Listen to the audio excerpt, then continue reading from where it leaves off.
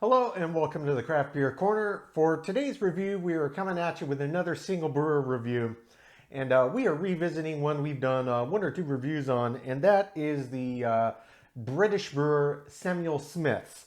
One of my favorite UK craft. They've been around a long time, several hundred years. And today we've got a couple dark beers, two different styles, and this is fun for me to revisit because these are some of the first beers that I ever had when I first got into craft, you know, pushing 20 years ago now. But one of these in particular, this Samuel Smith's Taddy Porter here, this is the very first porter I ever had. So it's going to be really interesting to come back and revisit after all these years and how many different porters I've had over the years and just see what I think of it, how my palate has changed, how my tastes have changed. So it's going to be very interesting to come and revisit these beers after so many years. Taddy Porter was the very first porter I ever had, and I'm very curious to see what I think of it after all this time and all the different porters I've had over the years. But that's what we've got today. We've got Samuel Smith's Taddy Porter. This is a porter. It clocks in at 5% ABV. And then we've got Samuel Smith's Imperial Stout. This one clocks in at 7% ABV. Samuel Smith's is one of those brewers, they don't normally go bonkers with their nomenclature. Typically name it just what the style is.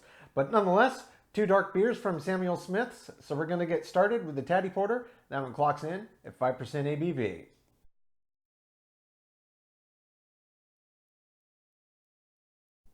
All right, so jumping right in with beer number one today. This is Samuel Smith's Taddy Porter. Clocks in at 5% ABV. It is a porter. Samuel Smith's is based in Yorkshire. It is the oldest brewery in Yorkshire, in fact. In terms of label art, not really much. They're very subdued. So let's just get this one cracked. It's just covered in foil. Nothing fancy here. So that'll crack right off. Get this one poured right in the glass. All right, there we go. Very dark color to this porter. It is darker than many porters. Nice, deep, rich brown, very effervescent, forming a very thick, very nice head here. I didn't quite get the whole bottle in there, but that's okay. Visually, yes, it's very dark. I am positive it's impossible for you to tell in the camera, but I can see the carbonation rising up into this glass. There's no question about it. I can see it. It's quite active, and the head should have given that away. At any rate, very thick, very tightly formed head on this one. You don't often get that with the porter. Do with this one. Let's see if I can detect any malt aromas just from this through this giant head. Okay, yes. You absolutely can smell it. It's actually pretty pronounced. It's not one you can smell from, you know, a foot and a half away.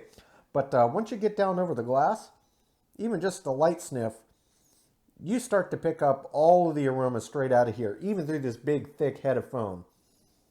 It smells like a classic porter. Absolutely classic porter. Nice, deep, rich, roasty malts there. Even has just like this slight kind of boozy quality to it on the nose as well. It smells very nice. It smells like a very nice, well put together porter, which if my memory serves me, I believe that is correct. This is, after all, the porter that made me fall in love with the style all of those many years ago. So I finished topping it off there. I got the rest of it in the glass. I'm just going to break this head down just a little bit with my finger and give this one more sniff before I jump in. See if I missed anything.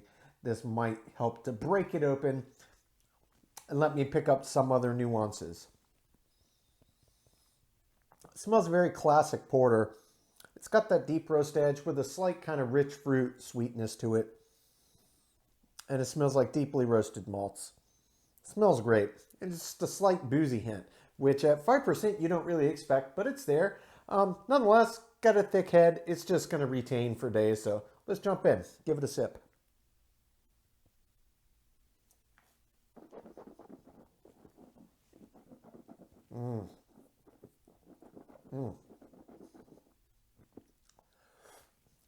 Oh, yes.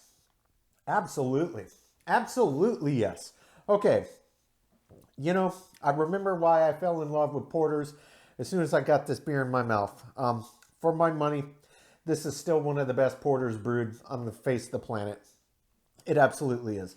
This is the porter by which I judge all other porters. The depth of flavor, the intensity of flavor, and the way that it develops its flavor, and the flavors that come through in this beer are just absolutely spot on perfect for a porter. It is very deep roasted malt. It's very deeply roasted. There's no question about it. And what comes through is that slight charred edge to the roast. It's got a deep roast. And you do get some of those classic coffee nuances like you get in stouts as well. Those deep roasted malts can often impart that. There is a slight bittersweet chocolate quality to this as well.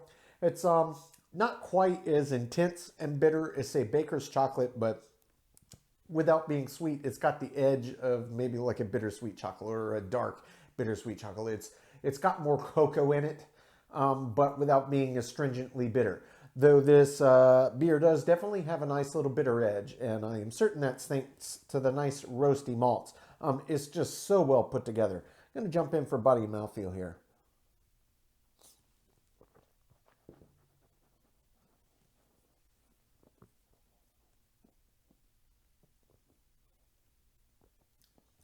The body is medium, which at 5%, that's exactly where I'd expect it to be. The mouthfeel is still quite effervescent in the mouth. As we know, this was highly carbonated, very active. And when you start to roll it around the palate, it does get quite creamy, akin to a stout. Very nice body, very nice mouthfeel. Every sip I have, I just keep loving this beer more and more. I'm going to jump in for another sip and explain how the flavors develop and finish.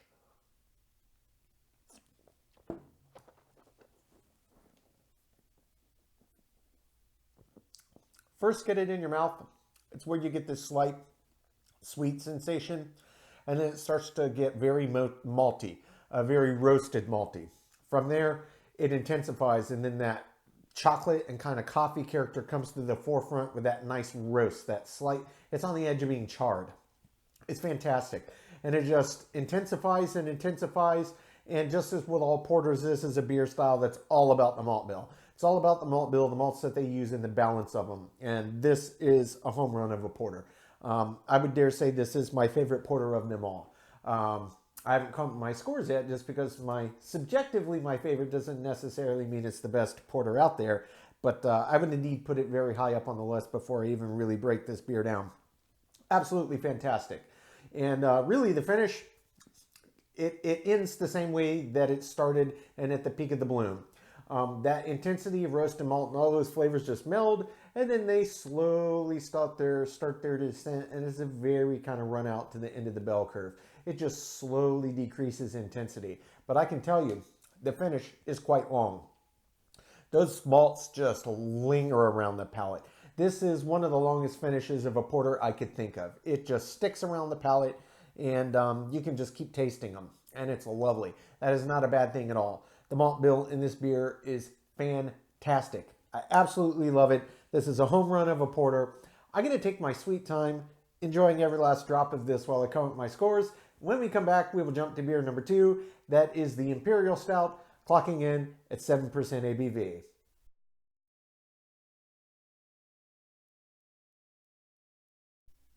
Okay, now jumping into beer number 2 of today's Samuel Smith's Dark Beer Review.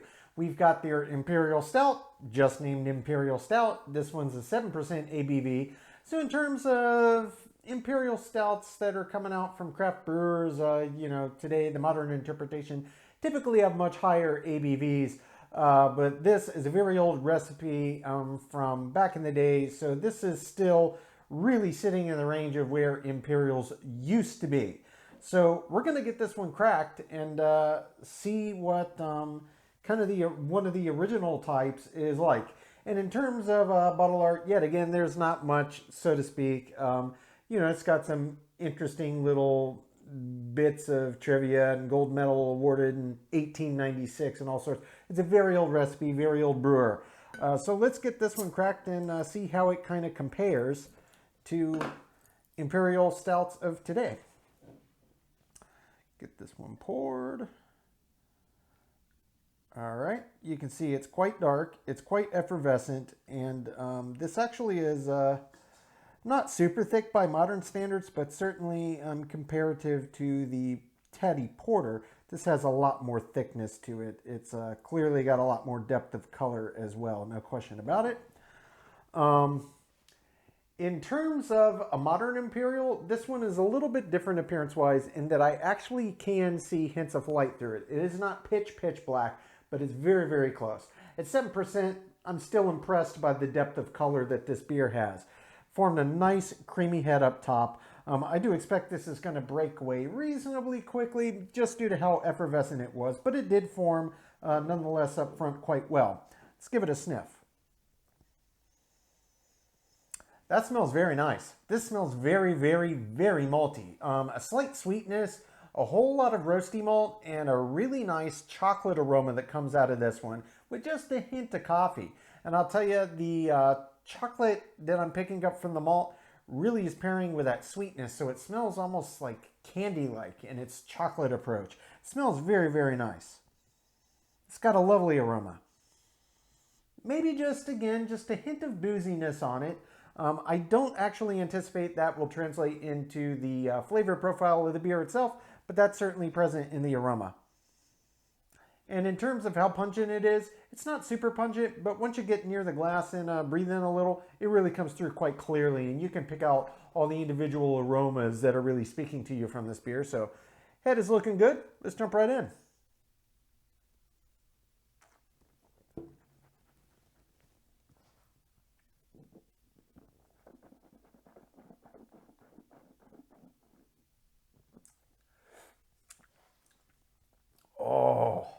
Oh, that's a nice beer. Wow.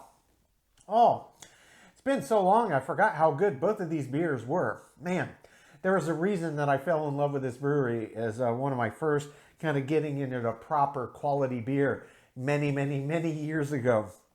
Oh, it's so good. Samuel Smith brews such great beer. Such great beer. All right. So when you first get it in your mouth and you're rolling it around the palate, you can get a sense of the body and the mouthfeel, no question about it. But the flavors that really come through don't come into their own until after you swallow, which that's not always the case. In fact, I would say it's much less the norm than it is the exception. Really, as you're rolling it around, you can tell that it's malty, no question about it. But really, it's more of that malty sweetness. It's not until you swallow that the true depth of roast and all of these intricate flavors start to rise up and they get big and intense. Everything that I could smell when I was taking a sniff of it, everything that came through on the nose comes through in the flavor of this beer. Kind of what you smell is what you get. Very much like the porter, with the exception, neither beer tastes boozy at all. Neither beer tastes boozy. I'm going to jump in for body and mouthfeel.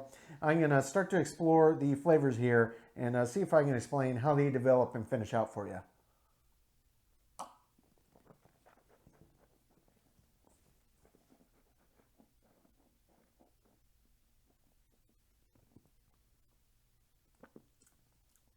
The body is medium heavy. Feels pretty much right what I'd expect for 7% ABV. Mouthfeel is ridiculously creamy. Ridiculously creamy. Flavors.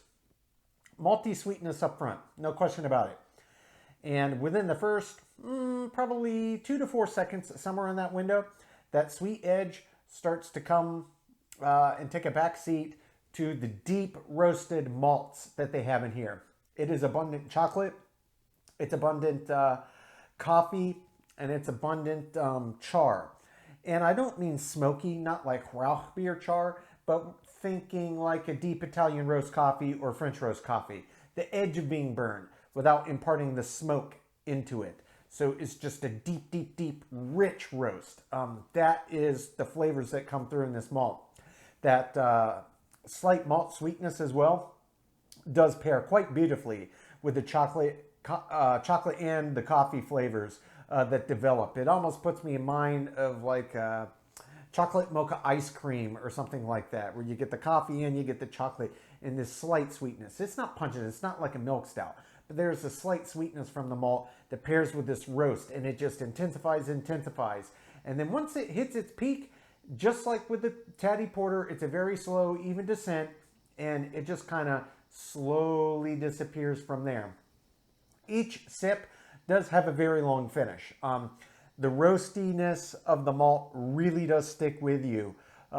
It's got a very creamy mouthfeel. It's quite viscous, and it's got a medium heavy body, and the flavor is intense. There is intensity of flavor in the malt bill, and it comes through quite clearly. This is another one of those beers that is all about the malts. It's about the malt bill. And nice thing about it as well, because of the depth of the roast on these malts, you do get a nice little bit of bitters to it. So it does have a little bit of a bitter edge. Not IPA territory, but enough that, you know, hey, yeah, I'm still drinking a beer here. And it's fantastic. I absolutely love it. I absolutely love it. Both of these beers, for my money, are two of the best examples of what makes a good, clean, honest, pure beer. They're not trying to be fancy. They're not trying to reinvent the wheel here. And indeed, these are we're talking several hundred years old recipes here. They haven't tweaked them. They just have been mastering and perfecting these recipes for hundreds of years, and it shows. These are top notch, and this one, just as with the Taddy Porter, it's been so long I forgot, and man, I'm going to have to buy these more often. I've had quite a few beers that I haven't revisited in well over a decade that, coming back to them, like, wow, I've been blown away. Why don't I buy this regularly just to enjoy? Not just for beer reviews, and I love doing this, but just to enjoy for my own personal pleasure. I tell you, the home runs. I love Samuel Smith's. I'm going to jump in one more sip for final thoughts here.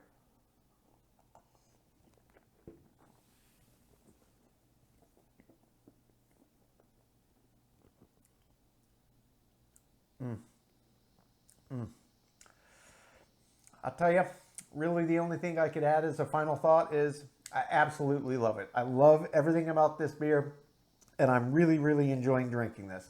I'm going to take my sweet time sipping on this. I will come up my scores, and when we come back, we will get both beers ranked from top to bottom.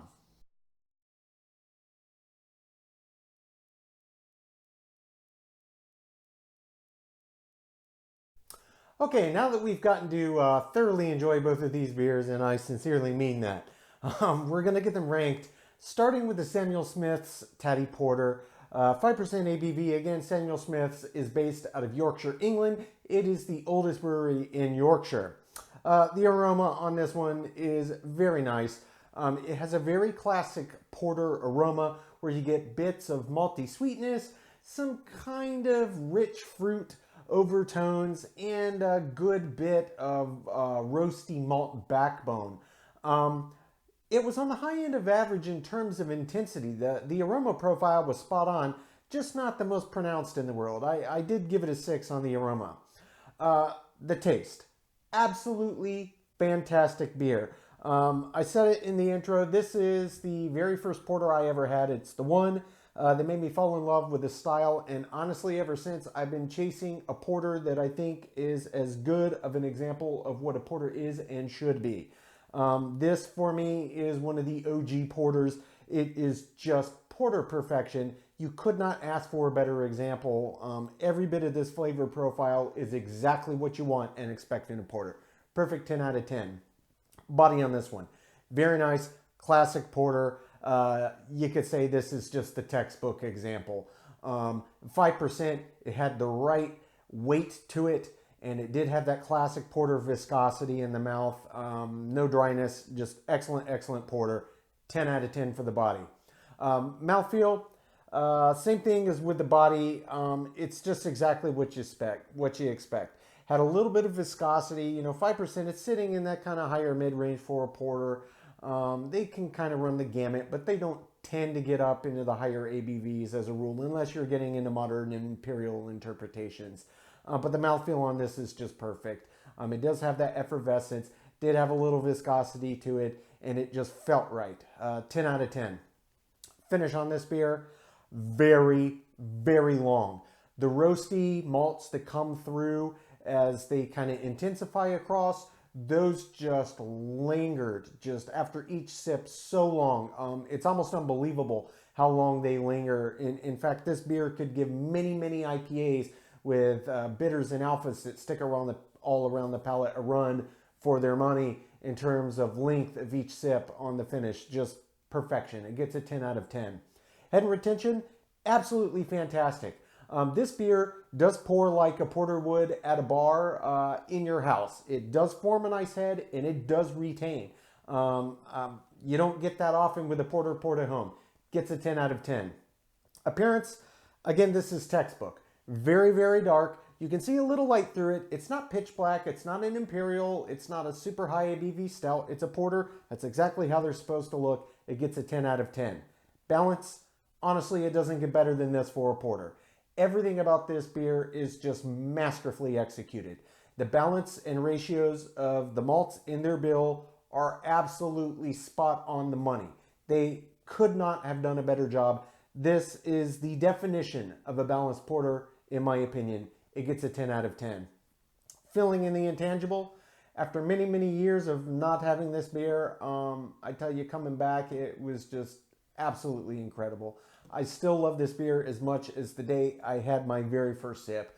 I do truly believe that this is one of the best porters in the world. I love it, 10 out of 10.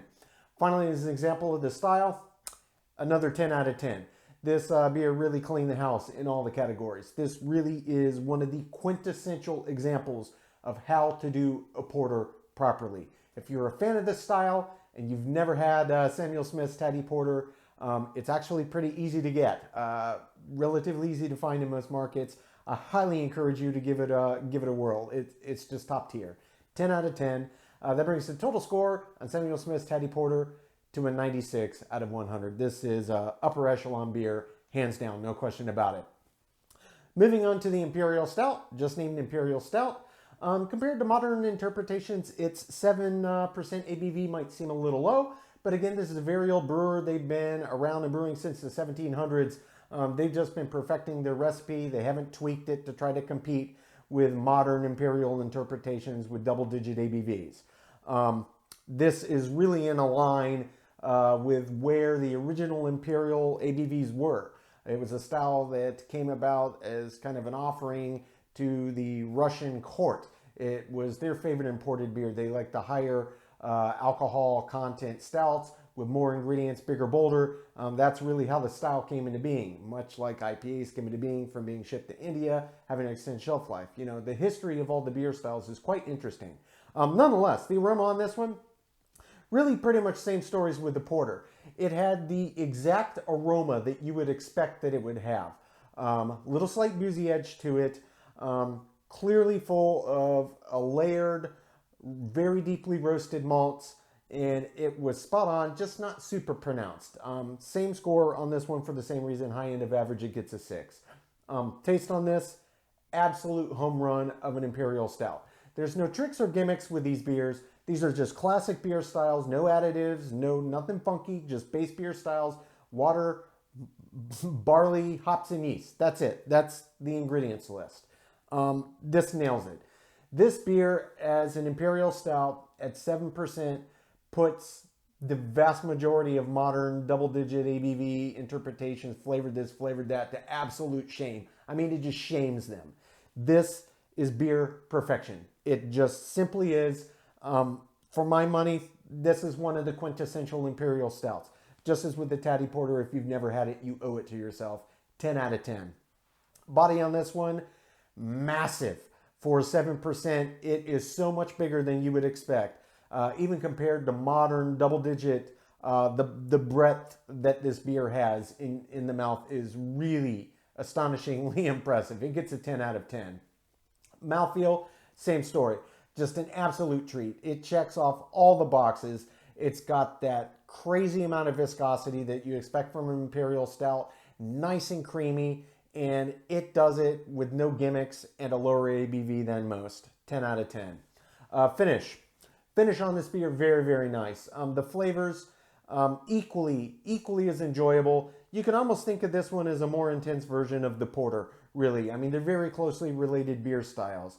Take this, turn the dial up to 11, and it's very close to what you get in this style. That said, each sip on the Imperial Stout, surprisingly enough, did not have quite the same staying power as it did in the Porter, which I did find peculiar, but enjoyable nonetheless, and certainly still well above average. It got an 8 out of 10. Hand retention, just as with the Porter, it easily could have been poured off of a nitro tap. It was just thick and lush and creamy, had wonderful retention. It gets a 10 out of 10. Appearance-wise. Appearance-wise is one that I kind of expected at 7%, but this is a classical, very old, multi-hundred-year-old recipe that hasn't been altered. That being said, you can actually see some light through this Imperial, albeit it's still very, very dark and it's not that pronounced. But if we're looking at guidelines for an Imperial really in today, you're going to hold up an Imperial, you're not going to see light through it. It's going to be pitch black. I did dock 1 point. It gets a 9. Moving on to the balance, this one just equally as well balanced as the Porter, and for all the same reasons. Just perfectly selected grain bill in the perfect ratios, executed perfectly. I mean, it just doesn't get better than that. It gets a 10 out of 10. Filling in the intangible, I absolutely love this beer. Both of these were the very first of these styles I ever had. I remember at the time, they just blew my mind. I just blew the doors wide open. Holy crap, this is what beer is and can be. What have I been drinking all these years? This is just a perfect example. I absolutely love it. It does get a 10 out of 10. Finally, as an example of the style, there are many, many Imperial Stouts out in the market today, and they swing the gamut from flavored to non-flavored to sweet to non-sweet, to ridiculously high ABVs to the lower end of the ABV spectrum. This one's on the lower end, and it can still run with, you know, Imperials that are pushing double the ABV of this in terms of just how well it's executed and staying power and how big and enjoyable the beer is. Honestly, this is a wonderful example of a classic Imperial Stout, and it's got to be one of the best, if not the best in the world, in my opinion, and I have had hundreds. It gets a perfect 10 out of 10 as an example of the style. That brings the total score on Samuel Smith's Imperial Stout to a 93 out of 100. So all total, a 3-point spread between the two beers. Just absolute gems of beers. If you've never had either of these, or really any Samuel Smith's beers, I highly, highly encourage you to seek them out. They really aren't pulling gimmicks here. They're just a very old brewer that's been brewing quality beer for hundreds of years, that have mastered the craft and execute it perfectly. Perfectly.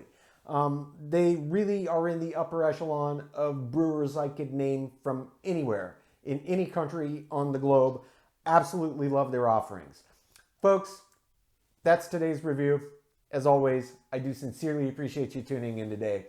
You know the drill. Please don't forget to like, comment, subscribe. And if you want to stay in the loop when our videos do go live to YouTube, you just click the notification bell icon. It is right next to the subscribe button. Till next time, keep it beer, keep it craft. We'll see you on the next one. Cheers.